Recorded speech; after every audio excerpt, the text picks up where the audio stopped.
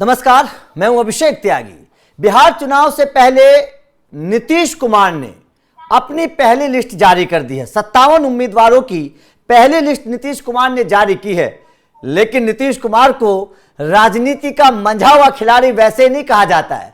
नीतीश कुमार ने अपनी पहली लिस्ट में ही यह बता दिया है कि उनके दिमाग में क्या है, बिहार चुनाव को किस दाव से जीतना चाहते हैं, बिहार चुनाव को किस रणनीति से नीतीश कुमार जीतना चाहते हैं और बिहार चुनाव में नीतीश कुमार मैदान में किस तरीके से उतरना चाहते हैं, किस प्लानिंग के साथ उतरना चाहते हैं। ये पहली लिस्ट से साफ हो चुका है नीतीश कुमार की, क्योंकि जो पहली लिस्ट नीतीश कुमार ने 57 उम्मीदवारों की जारी की है, इस लिस्ट में आपको जानकर हैरानी होगी कि एक भी उम्मीदवार मुस्लिम नहीं है। जहां तमाम पार्टियां मुस्लिम वोटर्स पर निगाह गड़ाकर बैठी हुई हैं, तमाम पार्टियां मुस्लिम उम्मीदवारों को मैदान में उतारने की तैयारी कर रही हैं, तो वहीं एक तरफ नीतीश कुमार ने अभी तक 57 उम्मीदवारों में से किसी भी मुस्लिम को टिकट नहीं दिया है। लेकिन नीतीश कुमार की जो चाल है, डबल के, ट्रिपल के भी बोल सकते हैं, डबल के और डी की जो चाल है, किस तरीके से नीतीश कुमार इस चाल में फंसाने वाले हैं विपक्ष को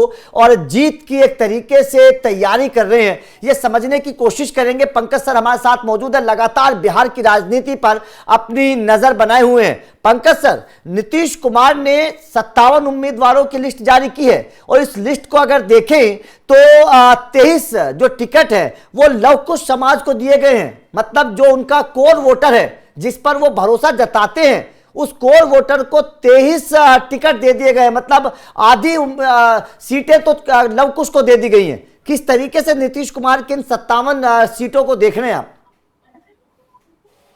2-3 दिन से बिहार में कुछ क्षणभंगुर लोग बड़ा शोर मचा रहे थे जी कि ये लव कुश की पार्टी, पिछड़ों अति पिछड़ों की पार्टी सवर्णों के चंगुल में चली गई है, तो संजय झा ने कब्जा कर लिया है, तो ललन सिंह के कब्जे में पार्टी चली गई है। ये इस तरह बकवास किए जा रहे थे वो सोशल मीडिया पर जी। अब 2 दिन भी नहीं बीते हैं कि जेडीयू की लिस्ट आ गई। हाँ। और जेडीयू की लिस्ट में उन्हीं उम्मीदवारों को ज्यादा प्राथमिकता दी गई है जो कि जेडीयू के वोटर हैं। हाँ, हाँ, हाँ। जिस समाज के लोग, जैसे आपने खुद बताया, कोयरी कुर्मी कुशवाहा, बिल्कुल ये जी। उसके बाद मंडल जिलों को टिकट दिया गया है। दलित समुदाय से, खास करके दलित महादलितों को बड़ी संख्या में टिकट दिया गया है, महादलित समुदाय के जी। अब बताइए 57 में, यही तो नीतीश कुमार का सामाजिक न्याय है। लोग ये कह रहे हैं ना कि नीतीश कुमार की ताकत क्या है। नीतीश कुमार की ताकत ये है, नीतीश कुमार की ताकत है पिछड़ा, नीतीश कुमार की ताकत है अति पिछड़ा, नीतीश कुमार की ताकत है महिलाएं, नीतीश कुमार की ताकत है महादलित। करते रहिए शोर मीडिया में, कोई फर्क नहीं पड़ता नीतीश कुमार को। आज तक नीतीश कुमार तमाम प्रोपेगेंडा के बावजूद 22 साल से लगातार मुख्यमंत्री हैं और आज भी एक दाग इनके विपक्षी भी नहीं लगाते। मतलब आरजेडी या कांग्रेस में भी यह हिम्मत नहीं है ये कहने की कि नीतीश कुमार पे किसी तरह का कोई दाग है। ज्यादा से ज्यादा ये कहते हैं कि अरे नीतीश बाबू तो वही काम कर रहे हैं जो हमने वादा किया था। तो अरे तुमने वादा किया था ना, वो तो कर रहे हैं। ये तेजस्वी यादव ने कहा था कि ये तो मेरा वाला योजना था जो लागू कर दिया। ये हाल है, इसलिए बिहार में विपक्ष असहाय है। सर यहां पर एक चीज और बहुत तरह जी, मैं आपसे यहां पर बड़ा दिलचस्प मुझे नीतीश कुमार की ये पहली लिस्ट नजर आ रही है और बड़ा दिलचस्प इसलिए भी है क्योंकि लगातार ये सवाल खड़े होते हैं कि पार्टियां अपने जो कार्यकर्ता हैं उन पर भरोसा नहीं जताती हैं, उनको टिकट नहीं देती हैं। नीतीश कुमार ने 27 नए उम्मीदवारों को टिकट दिया है। 57 में से 27 नए उम्मीदवार, मतलब जो पहली बार चुनाव मैदान में उतरेंगे। मतलब जो कार्यकर्ता थे उनको नीतीश कुमार ने टिकट देकर आगे कर दिया कि चलिए भैया मैदान में उतरिए। इनमें से 4 महिलाएं और 11 प्रत्याशी ऐसे हैं जो पिछली बार चुनाव हार कर आए हैं। मतलब जो टोटल की मैं बात करता हूं, लेकिन 27 पहली बार चुनाव मैदान में लड़ेंगे। इस फैसले को कैसे देख रहे हैं सर? आप जरा सोचिए कि 57 में से इतने सारे नए कैंडिडेट हैं और पार्टी में विरोध के एक सुर तक नहीं उठे। बिल्कुल बिल्कुल, बिल्कुल। आप जरा सोचिए, ये होती है पकड़ पार्टी की पकड़। आप बाकी किसी पार्टी में देखिए, पता चला कि वो प्रशांत किशोर का आधा भाग रहा है, टेंट समियाना सब उखाड़ लिया। दूसरा पता चला कि ये बीजेपी में धरना प्रदर्शन कर रहे हैं, मारा मारी हो गई। लेकिन जैसे नीतीश कुमार के पार्टी के टिकट की घोषणा हुई, शांति, और नीतीश कुमार की पार्टी जो छोड़कर भी जा रहे हैं, जो छोड़कर जा रहे हैं, वो भी कस्में खा रहे हैं नीतीश कुमार की ही, कह रहे हैं कि मैं अपने दिल में नीतीश को लिए जा रहा हूं। ये देखा है पहले कभी? बिल्कुल, ये है नीतीश की ताकत। और मैं एक बात और बताऊं, जेडीयू का आप देखिए ट्विटर अकाउंट, उसमें नीतीश कुमार के बाद दूसरा सबसे बड़ा नाम क्या है पता है? सबसे ज्यादा जिसका नाम लिया जा रहा है, मोदी। आज ही एक पोस्टर जारी किया है, दो भाई दोनों तबाही। हाँ, नीतीश और मोदी। हाँ, नीतीश कुमार और मोदी। हाँ, स्टेज सेट है। अभिषेक, मैं बार बार बोल रहा हूं, आप जब भी मीडिया में सर्वे करने जाइएगा तो आपका माइक देखते ही 4 तरह के लोग दौड़े आएंगे आपके कैमरे के सामने। कौन आएगा दौड़ता हुआ पता है? पहली दबंग जातियां, राजपूत, भूमिहार, ये ब्राह्मण, यादव, मुस्लिम, यही सब आएंगे। नीतीश कुमार का वोटर नहीं आता आपका माइक देख के। नीतीश कुमार के वोटर कौन है? गांव में जो कमजोर है, महिलाएं हैं, वो माइक पे नहीं आते, तो आपको लगता है कि अरे नीतीश का वोटर दिख नहीं रहा है, लेकिन वो बूथ पर सबसे ज्यादा जाते हैं। साइलेंट वोटर है वो, जो चुपचाप वोट करता है। एग्जैक्टली। आप वो देखिए क्या है ना, कि दबंग जातियों के बीच वो गांव में, उसी गांव में रहना है, तो वो कुछ बोलेगा नहीं, वो चुपचाप सबकी बात सुनेगा। लेकिन जिस दिन वोट मतदान की तारीख आएगी ना, वो अपने बाल बच्चे जितने परिवार के मेंबर है सबके साथ जाके लाइन में लग जाएगा। और अंत में आप फिर बाद में बोलेंगे कि अरे ये तो ईवीएम हैक हो गया, क्योंकि हमें तो दिख नहीं रहा था। बिल्कुल। मैं आज आपको एक गारंटी देके जाऊं, अब तक अगर कोई, भगवान न करे कि अगले 10-15 दिनों में अगर कुछ बहुत बड़ा नहीं हुआ, तो नीतीश कुमार 2010 वाला परफॉर्मेंस दोहरा रहे हैं। 2010 में, ऐसे 2015 में भी नीतीश कुमार का परफॉर्मेंस तो ठीक ही था, लेकिन उस वक्त आरजेडी के साथ थे, और 2010 में बीजेपी के साथ थे। बिल्कुल बिल्कुल बिल्कुल। मैं आपको बता रहा हूं कि मोटा मोटी कम से कम 150-160 सीटें आ रही है अब तक।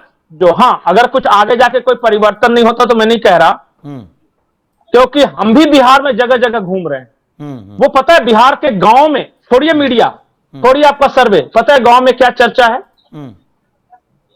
कि बोलता है कि उसकी औरत को 10,000 रुपया मिल गया, उसकी बेटिया का दरोगा में नौकरी हो गया, यही चर्चा है।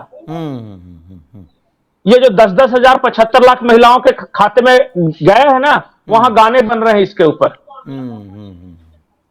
वहां आप बताए, महिलाएं, बच्चियां, आप बिहार के किसी भी लड़की से पूछे, किसी भी लड़की से, स्कूल जो कॉलेज जा रही है ना, आप जाइए, वहां आपको तब पता चलेगा कि नीतीश कुमार कहां है। बिल्कुल बिल्कुल। और बाकी अपना करते रहिए दबंगाई, कोई ये आने दो, ये लालू को सरकार में रशियन नचा देंगे बारात में, इस तरह करने दीजिए, कोई फर्क नहीं पड़ता। सर एक सवाल मैं मुस्लिम को लेकर करना चाहूंगा, एक भी टिकट मुस्लिम समुदाय को नहीं मिला है इन 57 में से, क्या नहीं नहीं नहीं, ऐसा नहीं। जो अगला लिस्ट आने वाला है ना, हाँ, आप देखिए कि जिन इलाकों में मुस्लिम को देते थे वहां दिया है कि नहीं, अभी तक उसकी लिस्ट नहीं आई है, आएगा। लिस्ट नहीं आई, हाँ, नीतीश कुमार पे आज तक कोई ये आरोप नहीं लगा सकता कि जाति, धर्म, रिलीजन, इस सब के आधार पे भेदभाव किया। मुसलमान भी नहीं लगाते। मुसलमान सिर्फ ये बोलते हैं कि बीजेपी के साथ चलेगा इसलिए हम वोट नहीं देंगे, नहीं तो बाकी नीतीश बाबू से किसी को कोई ऐतराज नहीं।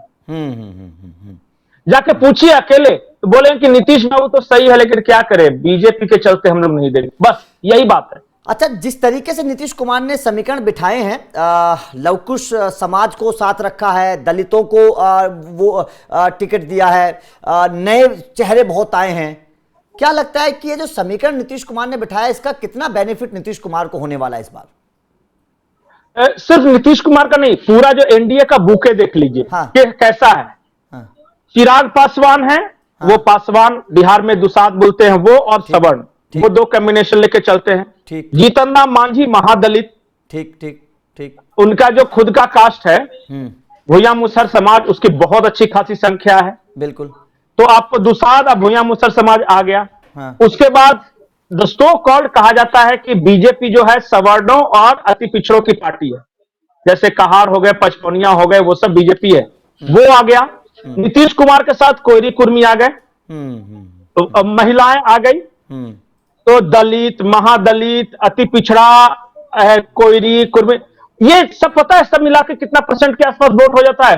50% से ऊपर क्रॉस कर जाता है। बहुत अच्छा समीकरण अब बैठाया। अब सामने वाले के पास क्या समीकरण है, आप बताइए ना। बिल्कुल। मान लिया कि चलो यादव और मुस्लिम, यादव और मुस्लिम मिला के 36%। उसके अलावा चलिए कांग्रेस का मान लिया कि 2-4-5% कांग्रेस का है, 36 और 5 और जोड़ लिए 41। 3% चूंकि सारे मछुआरे नहीं देते मुकेश सहनी को, लेकिन चलिए 2-3% उसे भी मान लीजिए। अब बताइए, फर्क है।